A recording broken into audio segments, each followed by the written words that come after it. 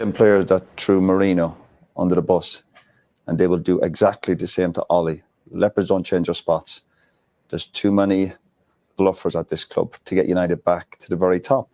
Roy Keane there, just a couple of years ago, 18 months ago, 2 years ago. I don't even remember. In fact, I can check when the date was. December 2001, somebody reposted that, but it's about 18 months ago that he came out and said that. And he was spot on. And the players have been exposed beyond belief again in the past 24 hours. And the bit that frustrates me, and I am ranting today almost from the off, but this has got to be said.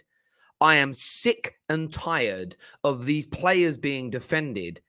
And on top of that, their puppet masters being protected. And that is the people that run the football club.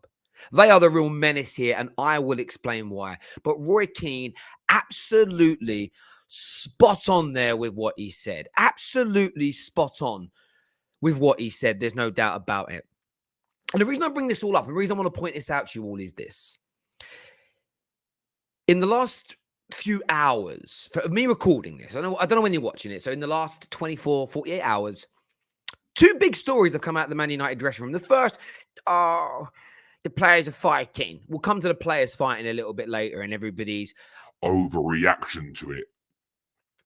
We'll talk about that later, but I want to speak about this one that came out today, that sources close to the Manchester United dressing room have labelled the standard of coaching under the current regime as well below the predecessors Michael Carrick and Kieran McKenna. Rangnick and Manchester United would have preferred them to have stayed on. Now, we know this already. That was something that was spoken about in the early Ralf days, that he didn't want McKenna and Carrick to go. They wanted to. They decided to. And one of the things that really came out at the time that was ignored because everybody was hating on Ollie is the coaching staff felt that the players threw Ollie under the bus. Now, that doesn't mean that Ollie was good enough for the job. Everybody's so basic-minded on this. Ollie not being good enough for the job doesn't make it okay for the players to down tools, for the players to throw the manager under the bus, for the players to not try and win games. Those two things, you not liking a manager and players being allowed to down tool, should not be mutually exclusive of one another, but they are for fans, because fans are agenda driven now more than ever before. As long as I get what I want, I don't care about the behaviors or precedents being set. And I'll tell you as to why this is infuriating and why I am so riled up by this today. Let me take you through this here. Back in 2015, Man United players reportedly complained over Louis van Gaal's routine, moaning about his training regime. It's a little bit chaotic. It's too disciplinarian. Like, we are not enjoying it. That is why we are not being successful. That is what they said then. And you think, okay, well, he gets moved on. Jose comes in. They start playing better. It was LVG, weren't it? It was LVG and his training methods all along. Ha! Players stunned by Jose Mourinho's hands-off training approach. Well, can you imagine my shock? Can you imagine my shock? Can you imagine my shock? Some of you can, some of you won't. But they've just said the same thing there, right? The next manager's come along and, this training's bad as well. Let's blame Jose. Let's get the pressure off of us and let's blame Jose Mourinho. Then along comes Ollie. And look, training sessions are mostly run by McKenna and Carrick. Sources close to several senior players have said they feel training could be led by coaches with greater elite experience. Well, hang on a minute. They had LVG and Jose who had the elite experience, and they didn't like that either.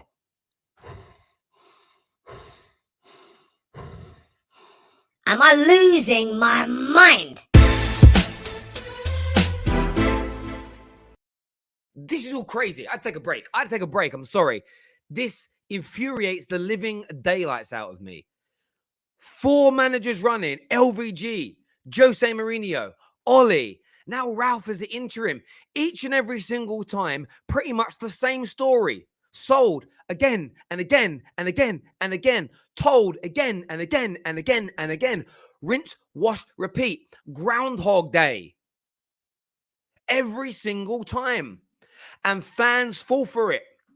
Every single time.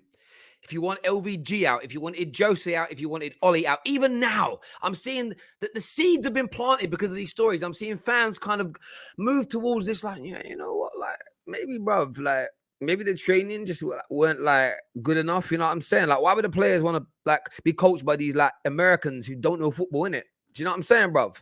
Yeah, I got you, mate. Like, you know, from my point of view, like, I thought Ralf was going to be the bad, but, you know, maybe, just maybe, like, he's not really, like, good enough. Do you know what I'm saying? Yeah, mate, I get you. I fucking get you. You're absolutely right. Fucking Ralf, mate. Get him out the club. Get him out the fucking club. It's Ralf talking bollocks in his fucking press conferences. That's all you hear. That is literally all you're seeing from people now. Ralf, bad coaching. He has fouled. He has fouled. His coaching staff are below standard. They have fouled. Giving these players a get out of jail free card again and again and again and again. And the mad bit about it for me, it's so easy to do by these players because the players know something. Fans want to love their players in club. They want to. And it's we also know that players tend to, as a group, outlast managers in the modern day era, especially when you're not being successful. So it's easier to love the players and want the club to be successful than standing up and doing the right thing.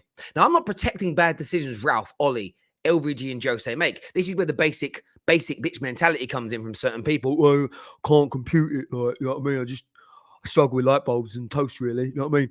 These people out here, like, chatting football when they can't string a sentence together or tie their shoelaces. Well, if you're saying that player power is bad, then you're basically, like, supporting a bad manager, aren't you? No. I actually understand the logic of wanting your team to lose more than I understand you supporting player power.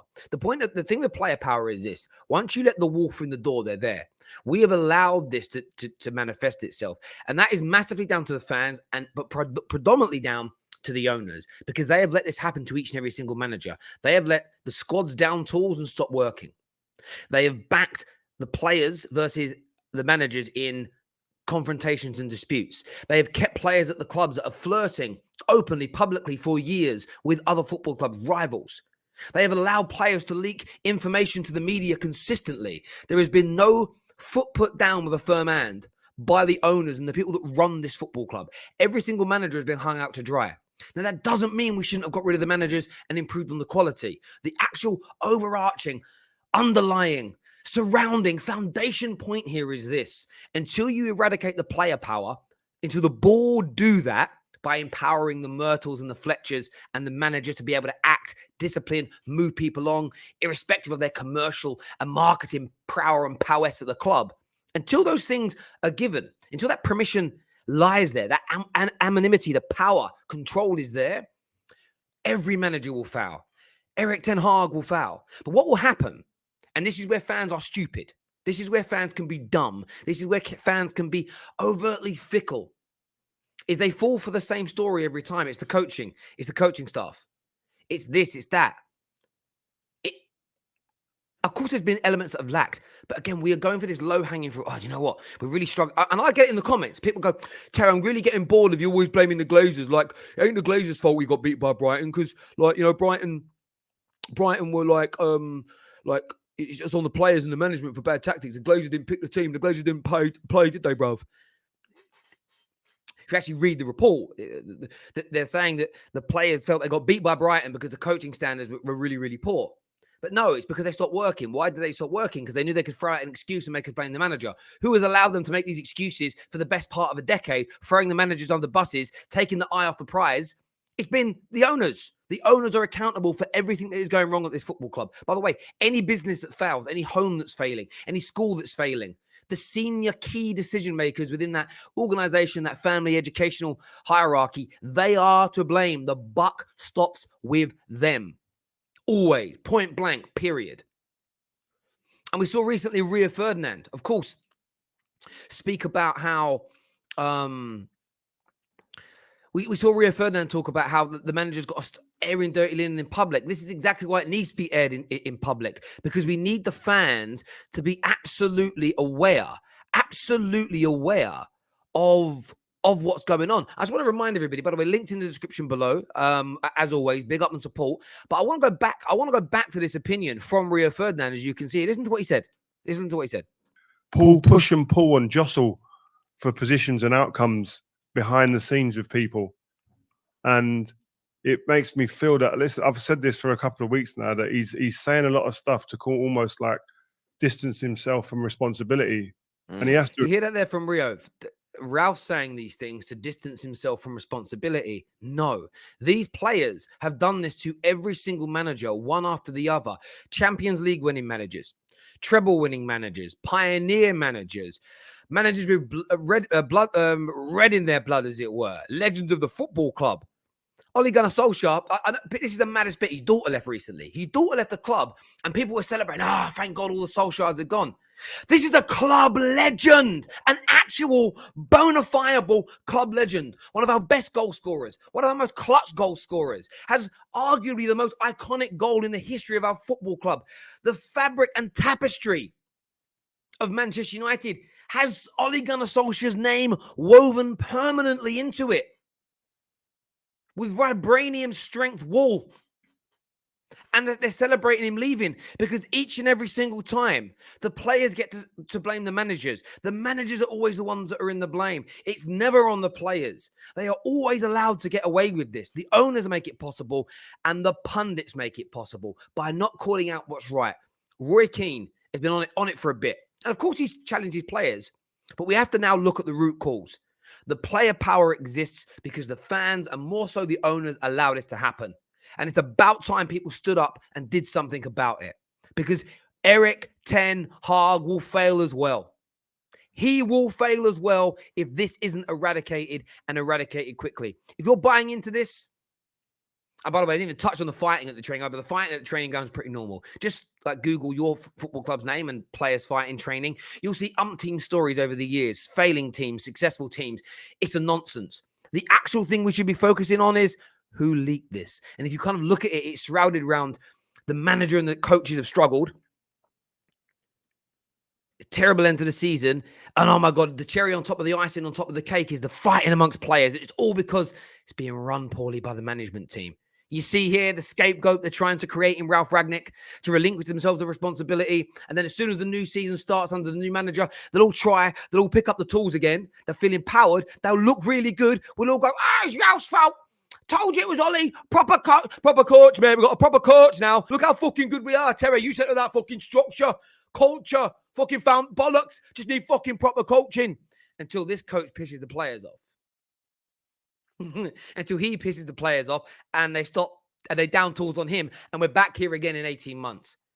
Create the structure, create the culture, eradicate player power, and there is a chance that Manchester United could become successful again. It's quite simple. It really is. Smash the like button, subscribe. See you later. I'm out.